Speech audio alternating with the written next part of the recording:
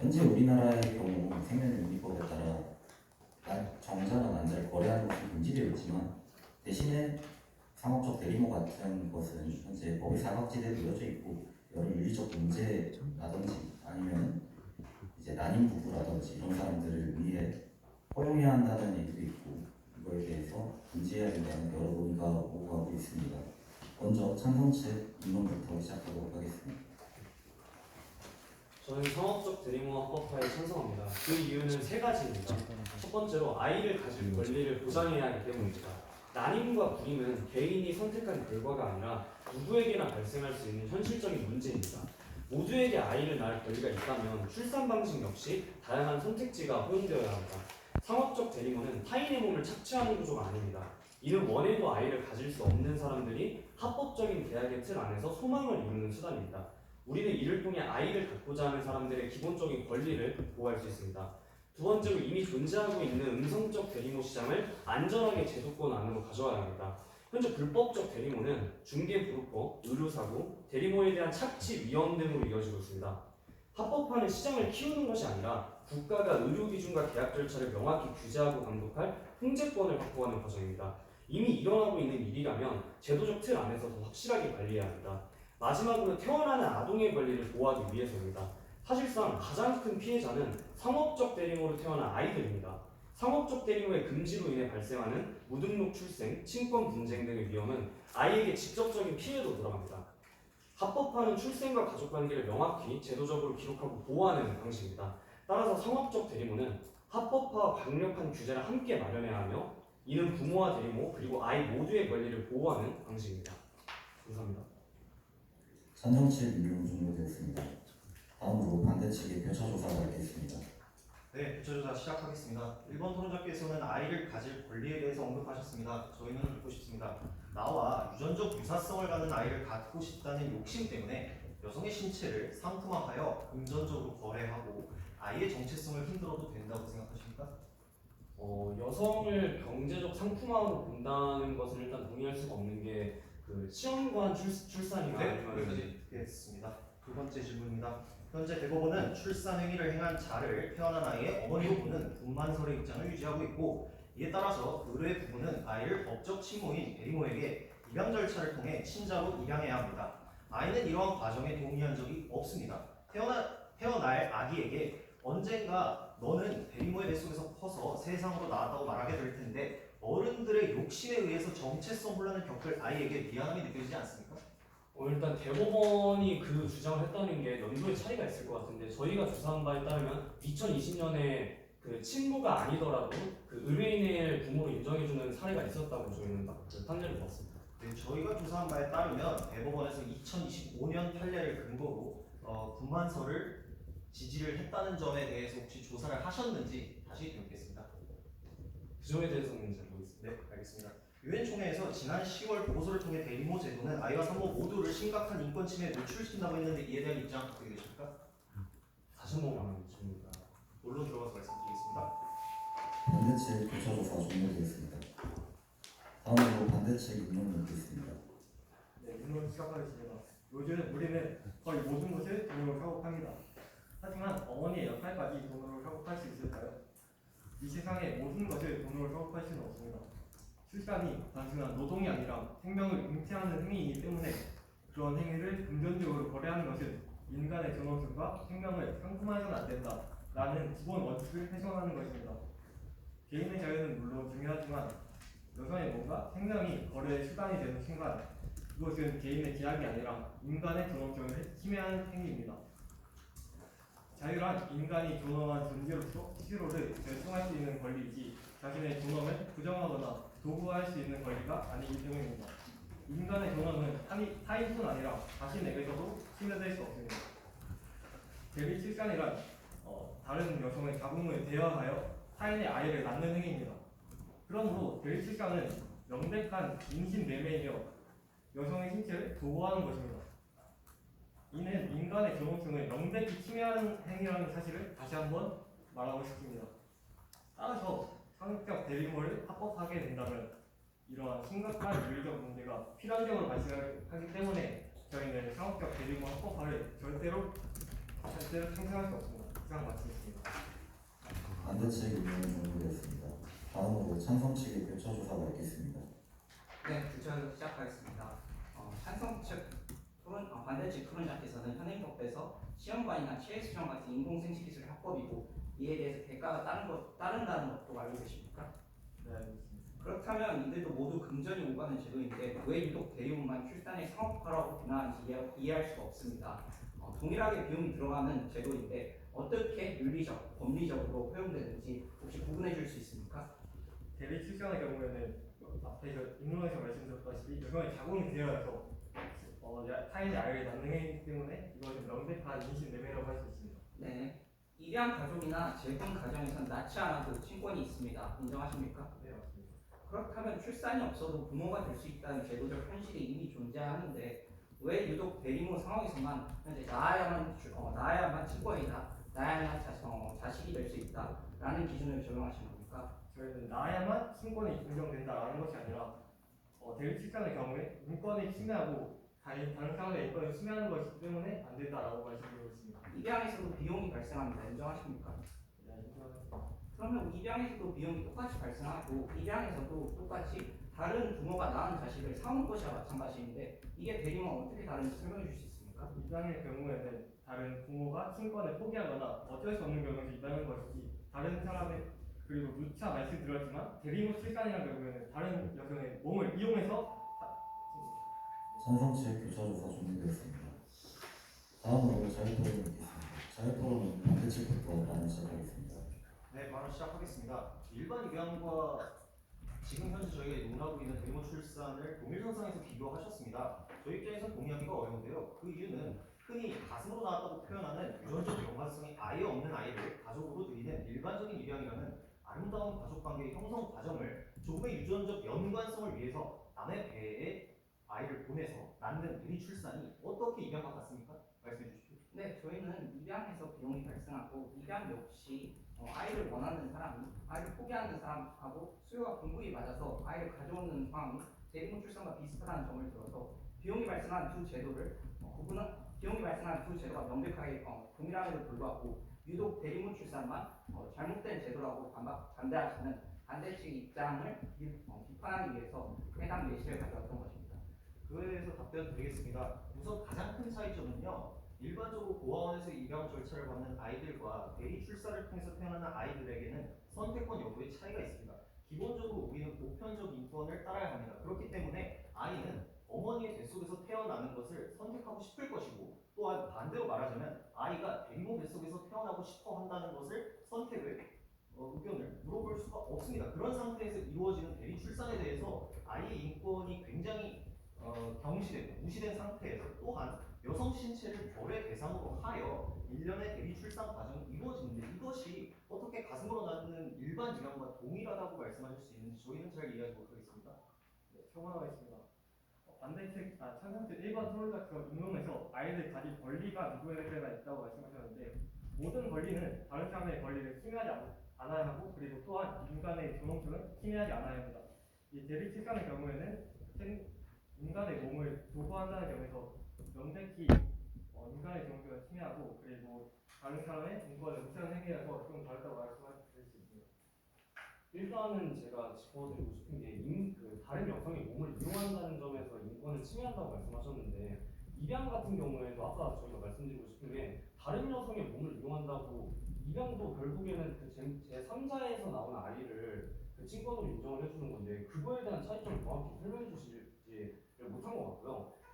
이번 토론자님께서 아이가 굉장히 중요하다고 말씀하셨는데 저희도 아이가 굉장히 중요하다는 것은 동의해요. 왜냐하면 아동은 아무것도 선택할 권리가 없으니까. 그러면 오히려 이런 아이를 보호하기 위해서 이 불법화 시장을 이 암시장이 계속해서 성행되고 있는데 지금 암시장이 성행되고 있는 와중에서는 아이에게 정확히 어떤 권리를 보장해 줄 수 있는 그런 법안이 없기 때문에 아이를 그렇게 위한다면 더 합법화를 해야 되지 않을까요? 네, 그거에 대해서 답변드리겠습니다. 전적으로 공감합니다. 그래서 저희는 인문에서 어느 정도 말씀드렸다시피 상업적 대리모 제도뿐만 아니라 비상업적 대리모에 대해서도 전면적으로 금지하는 법안을 발의하고자 합니다. 그 이유는 저희가 계속 얘기하고 있는 이 거래라는 것이 일반 입양과의 차이가 어디서 나냐면요. 결국에는 의뢰 부부가 남의 배에서 내 애를 낳아달라고 부탁을 하는 구조지 않습니까? 그 과정에서 여성 신체는 거래 대상으로 간주됩니다. 그 이유는 대리 출산 과정에서 대리모의 건강 상태나 나이와 같은 배경을 결국에는 선택할 수밖에 없습니다. 의뢰부의 경우에는 자기 아이가 잘 태어나길 바랄 테니까요. 그 과정에서 해당 대리모들의 어떻게 보면 스펙이죠. 인간의 신체를 점수화해서 이에 따라 가격을 매기게 될 것이고요. 이러한 시장이 암시장으로 형성되는 그 불법 시장으로 성행하는 것도 막아야겠지만 이것이 제도화된다고 해서 뭐가 달라지는지 저희는 잘 모르겠습니다. 네, 참고하겠습니다. 그리고 지난 2025년 10월에 발표된 유엔 인권 전문가 님 알샤르렘의 여성 폭력 특별 보관 보고서에 따르면 대리 출산 행위는 아이와 산모 모두에게 건강 관련된 실질적 위험이 된다고 설명했는데요. 아이에게 위험이 된다는 것은 아이의 생명권이 위협된다는 것이고 이에 따라서 아이의 인권이 명백히 침해된다고 볼 수 있습니다. 네, 답변하겠습니다. 우선 유엔 인권 총회는 강제성 인상이 아니고요. 유엔에서 그냥 인권에 대해서 이야기하는 자리입니다. 강제성인 법안이나 이런 게 아니기 때문에 여기서 갖고 오면 적절하지 않은 것 같습니다. 그리고 답변을 드리면 입양에서도 아이의 스펙이 굉장히 중요합니다. 네. 예를 들어서 한국인 부부가 서양인을 입양하고자 한다는 그런 뉴스 기사들을 많이 본 적이 있을 겁니다. 아이의 스펙이 상업화되고 거래되는 현실을 막을 수가 없는 현실입니다.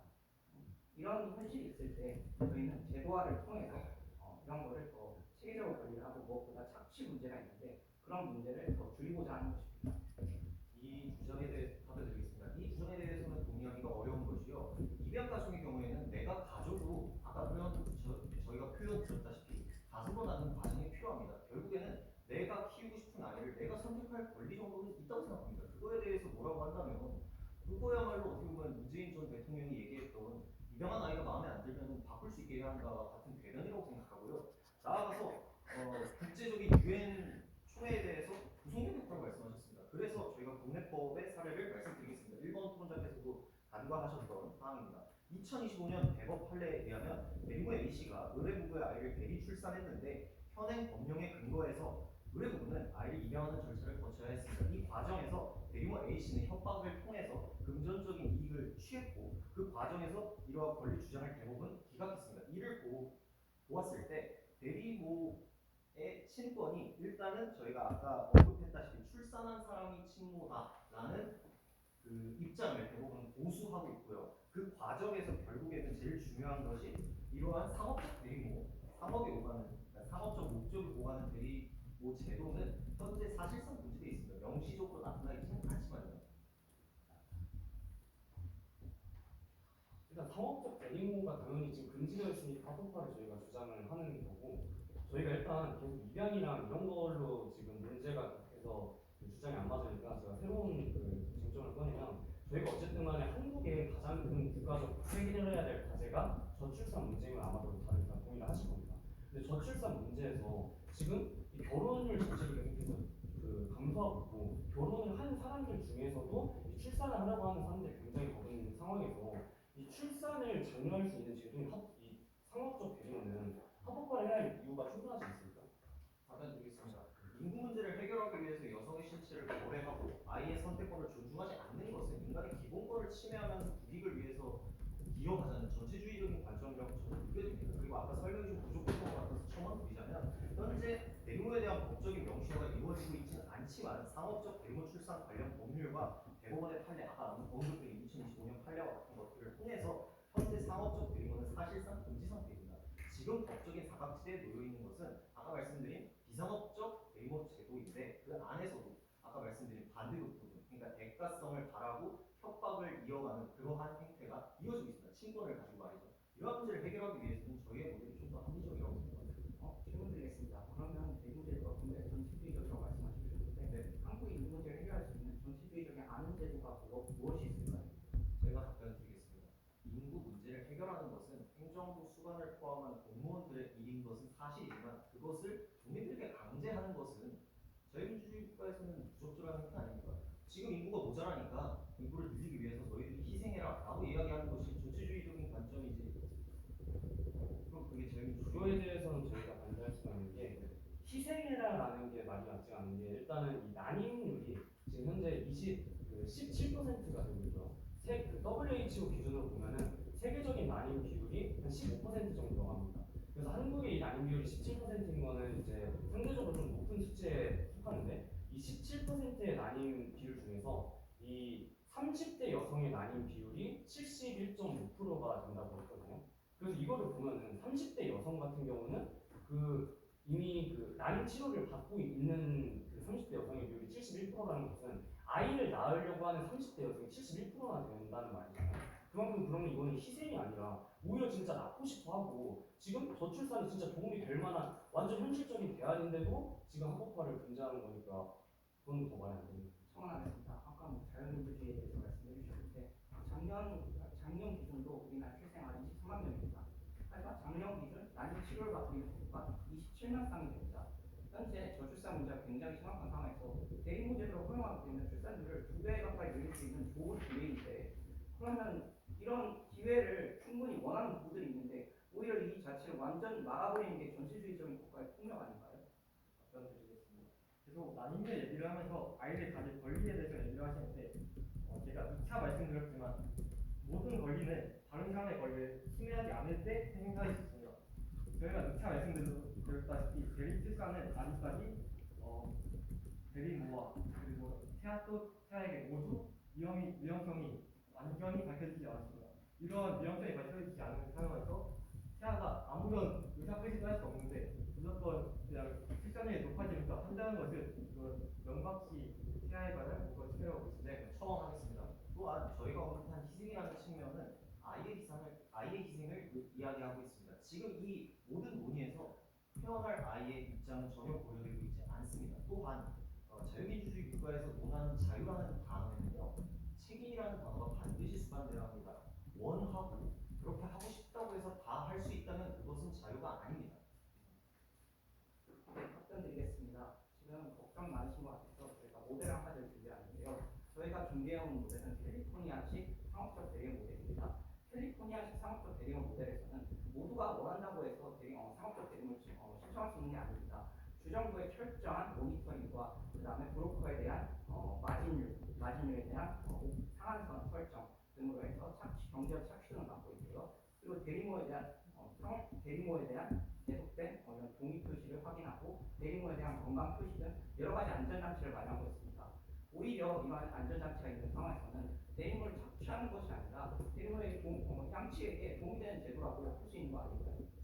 그에 대해서 답변 드리겠습니다. 지금 현재에도 그들이 자신이 여성이라는 이유만으로 수익을 얻는 이 대리모 제도에 대해서 만족할 수 있고 국가가 관리를 하면 된다라는 식으로 말씀하고 계시지만 저희가 계속 핵심으로 잡고자 하는 포인트는 기본적으로 이것은 여성의 신체와 생명을 거래하는 인간 보편 윤리에 반하는 행위로서 그들 만족 또한 대리 출산의 정당성을 별개로 보아야 한다는 주장을 계속 드리고 있습니다. 이에 대한 답변을 부탁드립니다. 그럼 기적으로 질문 하나 드려야겠습니까? 그러면 장기 기준 제도에 대해서 어떻게 생각하십니까? 장기 기준 같은 경우에는 본인의 신체에 대해서 선의를 가지고 기증하는 제도이기 때문에 지금 저희가 얘기하고 있는 의무 출산 제도와는 무관하다고 생각합니다. 대리모 출산도 본인의 신체에 대해서 선의를 가지고 지금 외면하는 제도인데 어떻게 지금 이게 다르다고 보시는 건지 저는 이해가 되지 않습니다. 그거에 대해서 답변 드리자면 일단 기본적으로 지금 이 제도 하에서는 여성의 신체가 거래 대상으로 안 된다는 것이고 지금 말씀하신 부분은 어떻게 보면 장기고 거래 대상이 되고 있는 건데 여성 신체라고 안 될 것이 무엇이 있냐라는 취지로 이해해도 될까요? 안 될 것이 무엇이 있냐라는 취지보다는 두 개가 어떻게 다른데 지금 장기 출산은 되고 여성 신체 안 되고 여기에 논리가 이해가 안 돼서 두 가지를 좀 구분해 주셨으면 하는 바람에서 여쭤본 것입니다.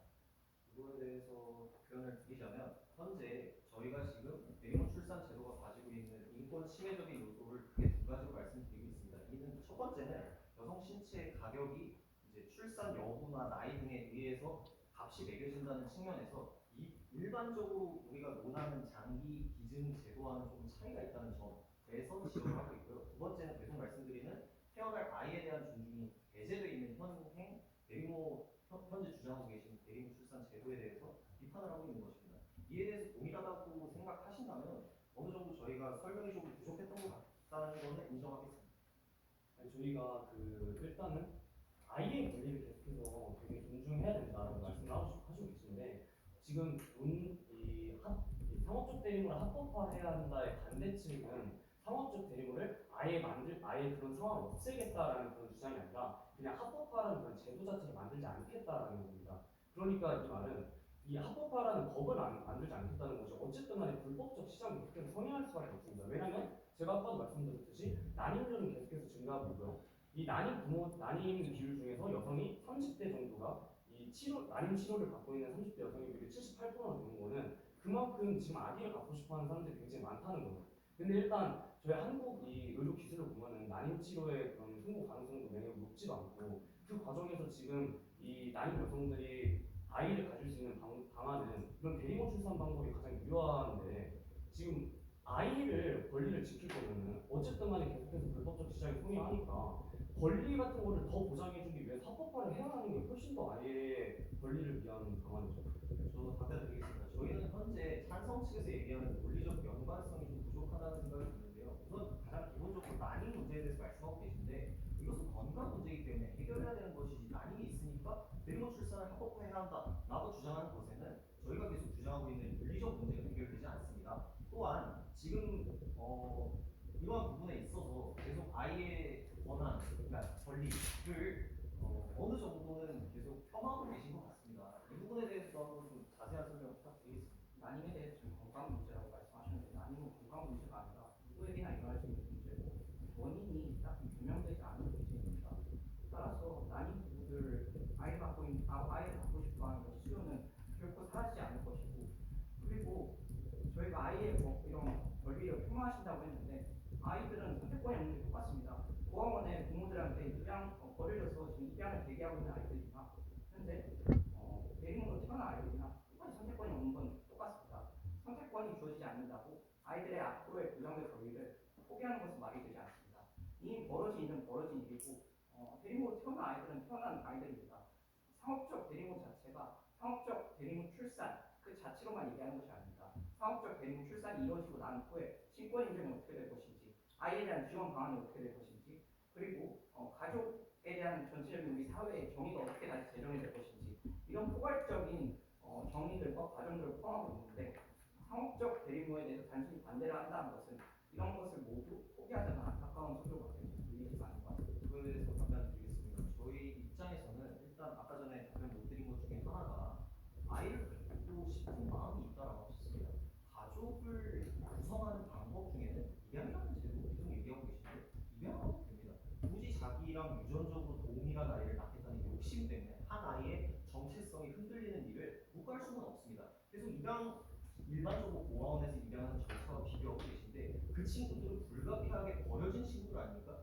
그 친구들이 입양되는 절차와 태어나지도 않은 아이들한테 너희는 앞으로 대리모에 계속해서 태어나서 문제가 되지 않는다라고 합법화하는 것은 오히려 앞으로 태어날 애들의 어떻게 보면 인간 존엄성을 좀 폄하하는 측면이 굉장히 크다고 생각합니다.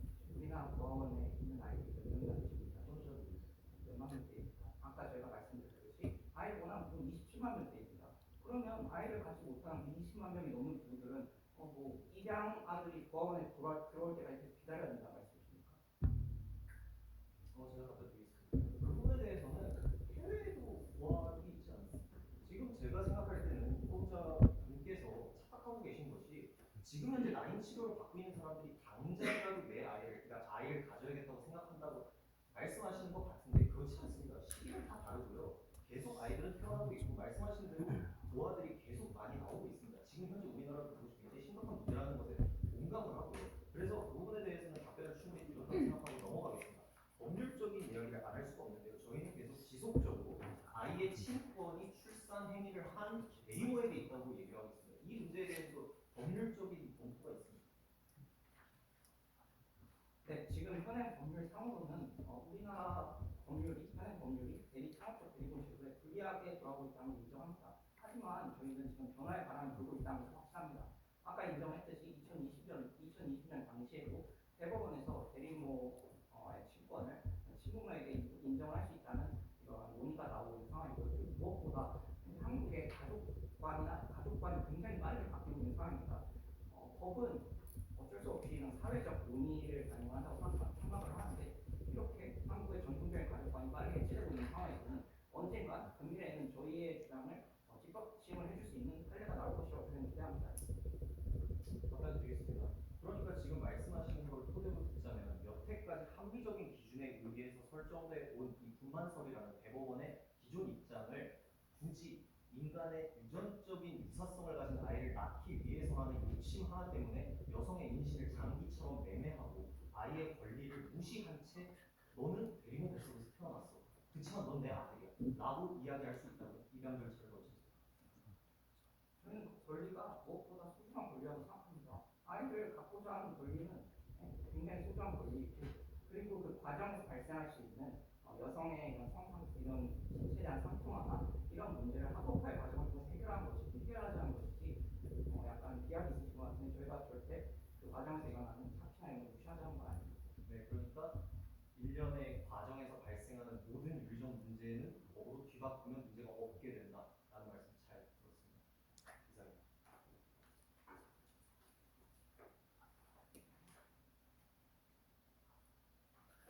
저희 말하는 나는 잘 쓰시니까요. 나는 지금 쓰니까.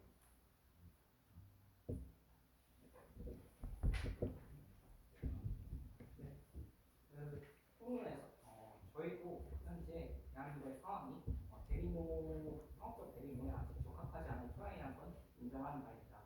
하지만 토론에서 핵심 쟁점으로 등장했다시피 현재 대한민국의 저출산 문제가 굉장히 심각한 상황이고 해결할 수 있는 상황입니다. 아까 강조를 드렸듯이 이미 27만 쌍이나 된 부부가 난임 치료를 받고 있고 아이를 가질 용의를 충분히 갖고 있습니다. 이런 상황에서 상업적 대리모를 잘 관리해서 이들을 도와준다면 한국 출산율을 굉장히 높일 수 있을 것입니다.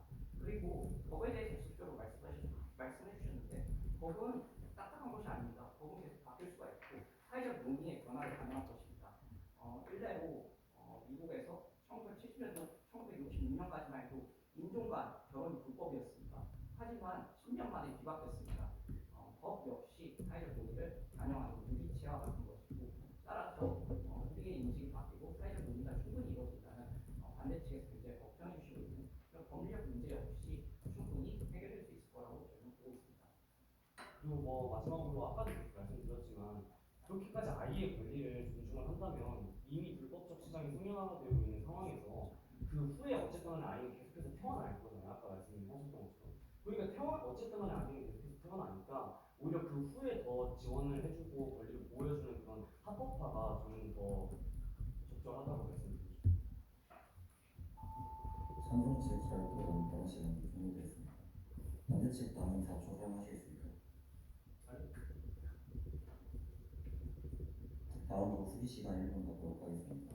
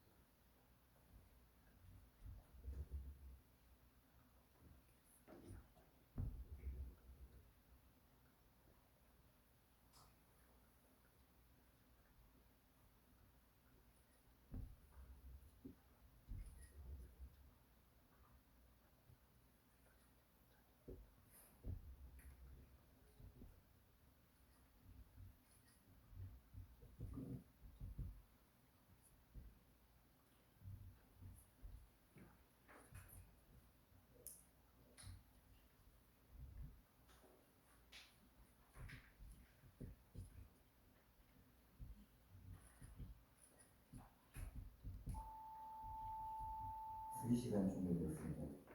반대 측부터 최종 발언 시작하겠습니다. 네, 발언 시작하겠습니다.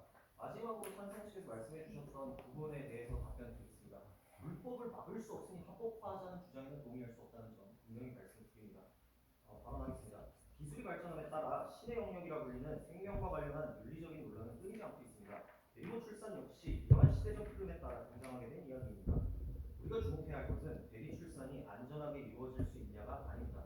오히려 기술이 발전할수록 우리는 인간으로서의 보편적으로 가지는 존엄성을 우선적으로 고려해야 한다고 생각합니다. 출산의 부담을 덜고 싶다는 인간의 이기심 때문에 여성 신체에 등급을 매겨 거래하고 이 과정에서 아이의 입장을 배제하는 것이 옳은지 우리는 돌아봐야 합니다. 오늘 토론이 시사하는 바는 명백합니다. 기술이 아무리 발전하고 시대가 변해도 우리는 인간으로서의 존엄함을 포기해서는 안 됩니다. 임신을 상품화하여 거래하고 나아가 아이가 평생 정체성 혼란을 가지게 될 상업적 대리모 제도는 여러 가지 인권 침해적인 논란이 있습니다. 또한 저희는 앞서 발언한 것을 통해서 법적으로도 대법원이 현재 유전적 관계와 상관없이 아이를 임신하고 출산한 여성을 법적인 대리모로 본다는 불만설의 입장을 일관되게 유지하고 있고 저희는 그것을 존중한다는 말씀드립니다. 법원은 유전적 관계보다 10개월간의 임신 과정, 출산의 고통을 겪는 신체적, 정서적 유대를 결국에는 모성의 근거로 보았습니다. 출산 행위를 통해 법적인 어머니를 정한다는 기준은 혼란을 가중하는 다른 기준에 명확하고 합리적입니다. 대리모가 현재 법적인 어머니이므로 의뢰 부분은 현재 아예 출생 신고조차 할 수 없습니다. 입양 과정을 먼저 거쳐야 하는 것이죠.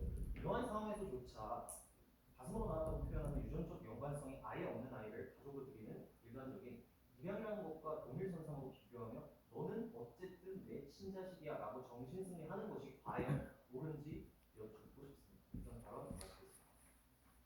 반대책 최종 발언 준비되었습니다. 다음으로 찬성책 최종 발언 듣겠습니다. 네, 우선 함께 교류전 할 수 있도록 좋은 기회를 주신 중앙대인 투입생 여러분에게 감사드립니다. 상업적 대리모를 전면 금지하는 현재로는 문제를 해결하지 못한 채 오히려 음성적 시장만 키워왔습니다. 반대 측은 아이의 권리를 중요시하면서 합법화를 하지 않았을 때의 문제는 토론에서 의도적으로 무시해왔습니다. 또한 반대 측은 출산의 상업화를 우려하지만 시험관 시술이나 입양처럼 비용과 수수료가 존재하는 출산 제도는 이미 사회적으로 받아들여지고 있으며 대리모만 예외적으로 금지해야 하는 이유를 설득력 있게 제시하지 못했습니다.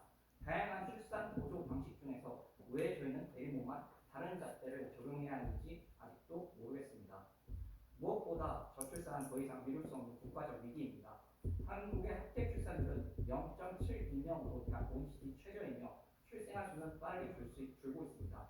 정부가 사용할 수 있는 정책 수단은 저희가 이미 사용한 상황입니다.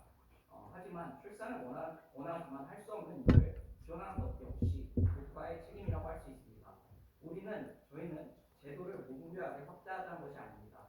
광인대 시장을 제도권 안으로 편입해 여성과 아동을 보호하고 현재 인구 전력을 완화하자는 것입니다. 과거를 돌아가 시장을 바꿀 수는 없다. 그러나 지금부터 미래의 결과를 바꿀 수는 있다. 지금 저희가 해야 할 일은 굉장히 명확합니다. 문제를 되돌리는 것이 아닙니다. 현실적인 해법을 선택하는 것입니다. 상업적 대리모는 현실적인 해법입니다. 난임 부부들에게 실질적인 기회를 제공하고 저출산 위기에 대응할 수 있는 유일한 대안이라고 할 수 있습니다. 해법에서 발생하는 문제가 두려워서 아예 그 해법 자체를 무시하는 것은 무책임한 것이라고 생각합니다. 네, 이상 발언 마치겠습니다. 감사합니다. 찬성책 최종 발언 준비되었습니다.